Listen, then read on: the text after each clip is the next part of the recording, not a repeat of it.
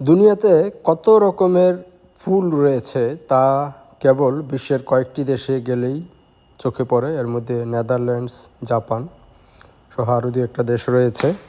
এর মধ্যে জাপানের ফুলের প্রকৃতি, রং এবং কত ধরনের ফুল হতে পারে সেটা জাপানে আসলে দেখা যায়। এবং গাছগুলো খুব উন্নত জাতের। তারা ফুল এবং চাষ নিয়ে প্রচুর গবেষণা করে।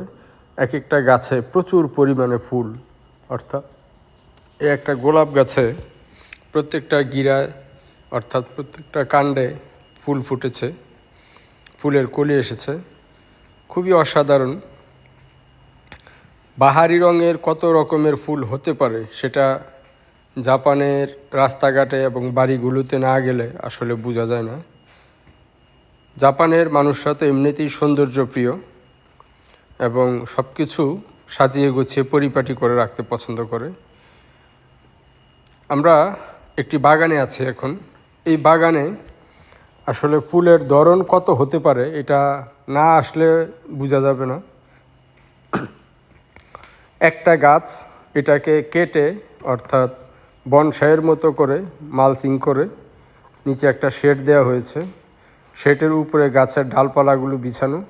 এখন ফুলের মৌসুম, প্রচুর ফুল এভাবে ধরে আছে। একই ধরনের ফুলের মাল্টি কালার, অনেকগুলো কালারে সজ্জিত, বাতাসে দোল খায়। আবার নিচে লাইটিংয়ের ব্যবস্থা করা হয়েছে, যেহেতু এটি একটি পার্ক, প্রবেশ মূল্য দিয়ে প্রবেশ করতে হয়। এই গাছগুলো ছাড়াও এত রকমের বাহারি ফুল এখানে, যেটা চিন্তা করা যায় না। আর সবচেয়ে বড় বিষয় হলো ওরা ফুল গাছগুলোকে সুন্দর করে ডেকোরেট করে তারপরে বিভিন্ন আকৃতি দিয়ে গাছগুলোকে সাজায়, যার কারণে দেখতেও অনেকটা সুন্দর মনে হবে যেন প্লাস্টিকের ফুলের মতো। কেউ ফুল ছিঁড়ে না, নষ্ট করে না। এবং ফুলের গাছগুলো যেমন বাহারি, ফুলের রং, ফুলের আকৃতি সাধারণত একটু ভিন্নধর্মী ফুল যেগুলো রয়েছে এগুলোই জাপানে দেখতে পাওয়া যায়। গোলাপ সহ অন্যান্য কমন যে ফুলগুলো আছে এগুলোও আছে। তার বাইরে বেশ কিছু আলাদা বিশেষত্বের ফুল গাছ রয়েছে। আমরা আজকে যে পার্কে এসেছি, এই পার্কের প্রবেশ মূল্য একজনের প্রায় 2500 ইয়েনের মতো। কিন্তু শুরুতে মনে হয়েছিল যে এত টাকা খরচ করে শুধুমাত্র ফুলের গাছ দেখার জন্য যাব, এটা কেমন কথা।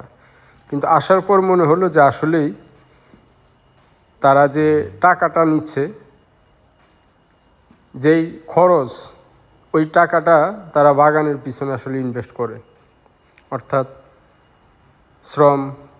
পরিশ্রমের মাধ্যমেই এই ফুলের বাগানটিকে এত সুন্দর করা হয়েছে। অনেক ধরনের